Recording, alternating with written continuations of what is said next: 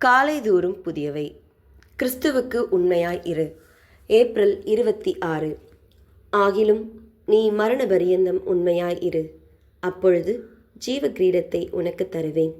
வெளிப்படுத்தல் 2:10.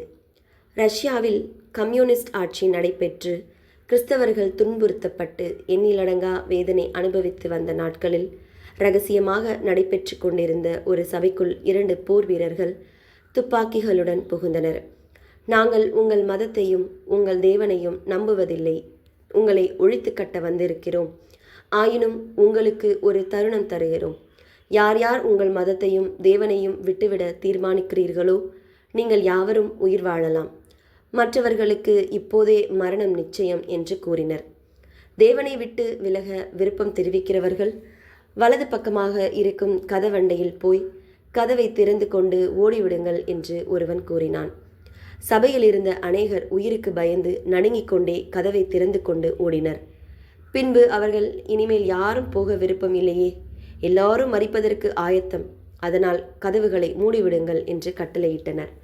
கதவுகள் மூடப்பட்டவுடன் இருவரும் தங்கள் துப்பாக்கிகளை தரையில் போட்டுவிட்டு கண்ணீர் மல்க அங்கிருந்த யாவரையும் கட்டி தழுவி, நாங்கள் கிறிஸ்தவர்களே, மரணம் வந்தாலும் ஆண்டவராகிய இயேசுவை விட்டுவிடாமல் இருக்கும் கூட்டத்தோடு மட்டுமே அவரை தொழுது கொள்ள விரும்பினோம். அதற்காகவே இப்படி நடித்தோம் என்றனர்.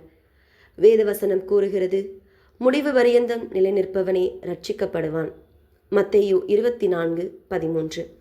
நாமும் இறுதி வரை கிறிஸ்துவை உறுதியாக பின்பற்றுவோம், அப்பொழுது ரட்சிக்கப்படுவோம்.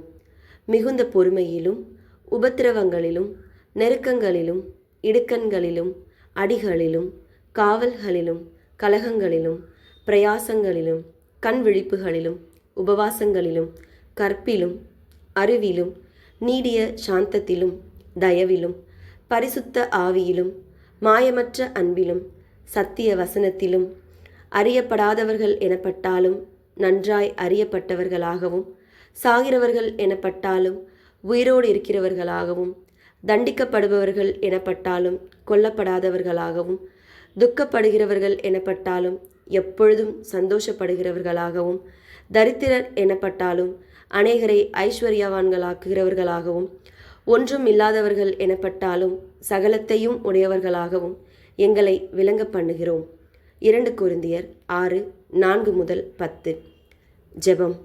நாங்கள் எவ்விதத்திலும் உம்மை மறுதலிக்காமல் இயேசுவில் முடிவு பரியந்தம் நிலைநிற்க கிருபை தாரும்.